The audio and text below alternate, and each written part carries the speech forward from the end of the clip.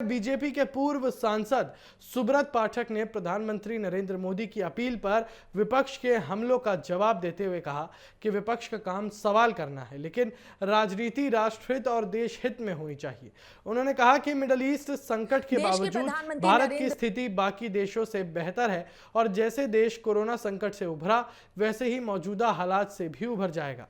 राहुल गांधी पर निशाना साधते हुए उन्होंने कहा कि वो लगातार प्रधानमंत्री बनने का सपना देख रहे हैं, इसलिए सरकार की कमियां निकाल रहे हैं। यूपी कैबिनेट विस्तार पर भी उन्होंने सबके विकास की बात कही। तो आइए चलिए सबसे पहले सुनते हैं।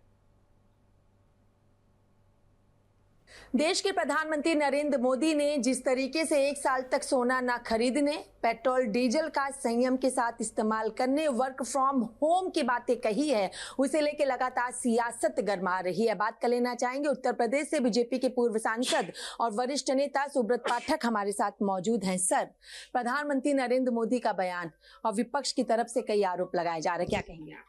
देखो, प्रधानमंत्री जी देश के प्रधानमंत्री के साथ साथ देश के अभिभावक भी हैं और वो सदा उस रोल में रहते भी हैं। विपक्ष उनके ऊपर कटाक्ष तो कर सकता है, विपक्ष उनका माहौल तो उड़ा सकता है, लेकिन विपक्ष ने जो उन्होंने किया वो कभी विपक्ष बताएगा नहीं। प्रधानमंत्री श्री नरेंद्र मोदी जी ने 2014 में प्रधानमंत्री बनने के बाद में जिस प्रकार से देश में डीजल, पेट्रोल, ईंधन, गैस, इनका सबका भंडारण बढ़ाने का काम किया और उसके साथ साथ धीरे धीरे इस पर आत्मनिर्भरता लोगों की कम हो तो उसको लेकर तमाम, चाहे बैटरी से चलने वाली गाड़ियां आई हैं, तमाम सारे शहरों में जो लोकल भाड़ा के लिए गाड़ियां जो चलती हैं जैसे टोटो, टेम्पो वगैरह, ये भी सब बैटरी से चले हैं। इस देश में मोदी सरकार आने से पहले रेलवे के इंजन तमाम सारे डीजल से चलते थे, अब वो भी सब बिजली से करा दिए गए हैं।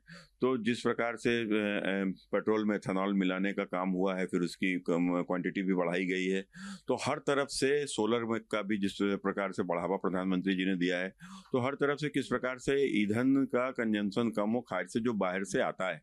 और देखो कि जब भी देश के ऊपर कोई संकट आता है तो सारे देशवासी साथ में खड़े होते हैं। हम लोगों ने कोरोना का टाइम देखा, जिस प्रकार से प्रधानमंत्री जी के इशारे पर लोगों, देशवासी, सभी देशवासी एक तरीके से साथ में खड़े रहे। जब भी संकट आया, लाल बहादुर शास्त्री देश के प्रधानमंत्री थे, तो जब भारत पाकिस्तान का युद्ध हुआ, विपक्ष कह रहा है चुनाव खत्म, जनता का इस्तेमाल खत्म हो गया। देखो, हमने कहा ना कि प्रधानमंत्री जी जनता को केवल चुनाव के टाइम नहीं, वो चुनाव के बाद जो जनता के लिए क्या करना है करते रहते हैं। और आज जब हमारे पड़ोसी देश, चाहे पाकिस्तान हो, चाइना हो, जहाँ के ऊपर ईंधन का कितना बड़ा संकट आया है, पेट्रोल पंप बंद हो गए हैं, वहाँ हमारे देश में अब तक संकट नहीं आया है, या प्रधानमंत्री जी की दूरदर्शिता के ही कारण से संभव हुआ है। अब रही बात कि विपक्ष का कटाक्ष करना, खासकर राहुल गांधी का, तो राहुल गांधी सत्ता को अपनी बपौती समझते हैं। उनका वो तो समझते हैं कि देश का प्रधानमंत्री बनने का अधिकार सिर्फ उन्हीं का है, क्योंकि वो विशेष परिवार में पैदा हुए। तो इसलिए आपने देखा होगा प्रधानमंत्री कितना भी अच्छा करें, उनको कटाक्ष करना ही है। लोगों में भय तो हो रहा है ना कि क्या पेट्रोल डीजल के दाम बढ़ सकते हैं, क्या वाकई में संकट आ सकता है, इस तरीके की बातें हो रही है ना। आखिर लोगों के मन में भी आ रहा कि आखिर अचानक से अगर मोदी जी ने इस तरीके की बातें कही है तो कुछ ना कुछ तो जरूर है। देखो, पेट्रोल डीजल हमारे देश में नहीं होता है। हाँ। पेट्रोल डीजल बाहर से आता है, और जिस प्रकार से जो आज युद्ध चल रहा है, वो खासकर हारमुज में जो स्थितियां उत्पन्न हुई हैं, उनके कारण से संकट तो बढ़ा ही है, गहरा हुआ है। और कल को क्या संकट और बढ़ जाए, युद्ध खत्म ना हो, युद्ध लंबा छिड़ जाए, तो संकट तो आना ही है कि डीजल पेट्रोल तो हमारे यहाँ होता नहीं है। तो लेकिन अभी कोई संकट नहीं है, लेकिन अगर उनका हम लोग उस पर निर्भरता कम करें, इस्तेमाल कम करें, अगर ये प्रधानमंत्री जी ने एहतियातन ने दिखा है, तो इसमें रोने वाली कौन सी बात है। एक अलग सा सवाल है, उत्तर प्रदेश में कैबिनेट विस्तार हुआ है, कई मंत्री को उनके पदोन्नति हुई है, उनका प्रमोशन भी हुआ है, लेकिन ये कहा जा रहा है कि जो सपा पीडीए को लेके चल रही थी, अब बीजेपी ने भी कैबिनेट में पीडीए को ही महत्व दिया है। क्या ये 2027 के चुनाव को लेकर के तमाम चीजें हो रही हैं? देखो, हम सदैव हिंदुत्व की बात करते हैं, और हमारे हिंदुत्व का अर्थ है कि उत्तर प्रदेश में रहने वाली वो तमाम सारी जातियां जो सनातनी हैं, और वो सब हिंदू जातियां हैं जिनका हिंदुत्व के ऊपर विश्वास है। तो वो चाहे कोई भी जाति हो, सब छोटी जाति, बड़ी जाति, वो जिसकी संख्या कम है वो छोटी जाति हो गई, जिसकी संख्या ज्यादा है वो बड़ी जाति हो गई, लेकिन है तो सारी हिंदू जातियां, तो सारे हिंदू एक हैं। तो हम जो बात करते थे वो बात वो पीडीए में करने लगे। कैबिनेट विस्तार में देरी नहीं होगी। देखिए, आप उनके पीडीए में में भी तो वही है जो हम हिंदू कहते हैं, वही वो पीडीए बोलते हैं। उसमें मुसलमान कहाँ है? पीडीए माने पिछड़ा, दलित, अल्पसंख्यक मुसलमान तो है नहीं। मुसलमान की संख्या तो बहुत ज्यादा है, अल्पसंख्यक जैन है, सिख है, ईसाई है। तो वो भी हमारी बात कर रहे हैं, जो बात हम कर रहे हैं वही बात वो कर रहे हैं। हमने सबको, लेकिन अंतर से क्या है?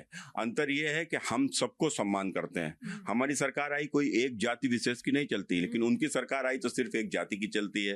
एक जाति की क्या बनती है? परिवार की चलती कैबिनेट है। विस्तार में देरी नहीं होगी? नहीं, कैबिनेट विस्तार में काहे की देरी है? देखो, सबको प्रतिनिधित्व देना है, और जिसका प्रतिनिधित्व नहीं था, कम था, उसको देने का काम किया। इसमें कौन सी देरी वाली कौन सी बात है? बहुत बहुत शुक्रिया। ये थे हमारे साथ उत्तर प्रदेश से बीजेपी के पूर्व सांसद और वरिष्ठ नेता सुब्रत पाठक। तो अब देखना है प्रधानमंत्री नरेंद्र मोदी के बयान के साथ सियासत कहां तक पहुंचती है और आम जनता को इसका कितना फायदा और नुकसान मिलता है। लेकिन यूपी में कैबिनेट विस्तार का असर 27 के चुनाव पे कितना पड़ता हुआ दिखाई देता है। वीडियो जर्नलिस्ट हिमांशु यादव के साथ में कंचन अरोड़ा, TV7 भारत, दिल्ली।